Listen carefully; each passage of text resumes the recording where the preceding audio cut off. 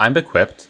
Please check the timestamps in the description or across the timeline bar to skip to the parts of the video that you might be more interested in. We'll have things like the jungle clear, which you can see right now, also ganks, how you should play team fights, and all sorts of stuff like that. So, looking at this clear, you want to be running Ravenous Hunter and Fleet Footwork because you don't have any sustain built into your kit. Now, you can kite really well, and you might have seen Phalaris' clear, where he kites the camps and saves a lot of his HP. But what I've found is that even as you get later into the game, you still struggle with single target camps, especially if you can't find a AoE camp to heal off of. And you have to basically save your smite just to stay healthy, which I think is really bad. So if you run Ravenous Hunter and Fleet Footwork, it alleviates both of those issues. It's also really good on Lilia because it allows her to have much more in-combat sustain and stay alive for longer and get more Qs off, which is most of her damage. With Lilia, you want to stay alive. That's how you deal your damage. Now, as you can see here, I'm going to kite the blue buff. You don't actually have to take any damage from blue buff unless you have to walk past it, like this. Otherwise, you don't need to. And then you can double clear Gromp and blue. So this clear is not perfect. I'll be doing a clear frontier when I get it down perfectly with 100% accuracy. But this gets me to Scuttle Crab before it spawns with a leash. So that's pretty good.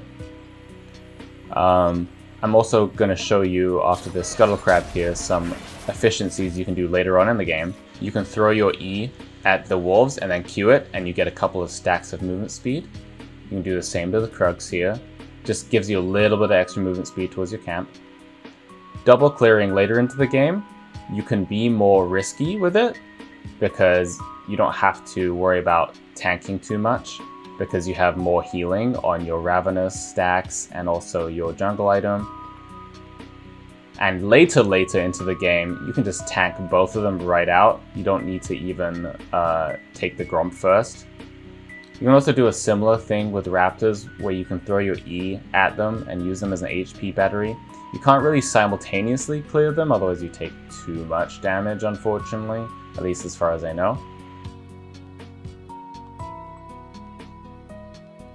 Also, without Fleet Footwork and Ravenous Hunter, you really struggle with Gromp, but with nice kiting and both of those runes, you stay basically full HP. So that's really nice. You can even heal off Gromp. without those runes, you just take so much damage from single target camps. So this is just an example of those runes healing me back up to full. Smite also procs Ravenous Hunter as well, so it's really good on junglers. And here's an example of healing off an AoE camp. AoE camps are even better for healing, because your Talisman Burn procs on like multiple targets, as well as your passive, which is a single target damage over time, which procs Ravenous. And then here's a quick montage of me clearing every single kind of dragon: Mountain, Infernal, Ocean. Ocean slows you down a little bit, so you can't get as many Fleet Footwork procs because you don't move as much. And even Windrake, which does the most damage. And here's a quick clip of us doing Herald.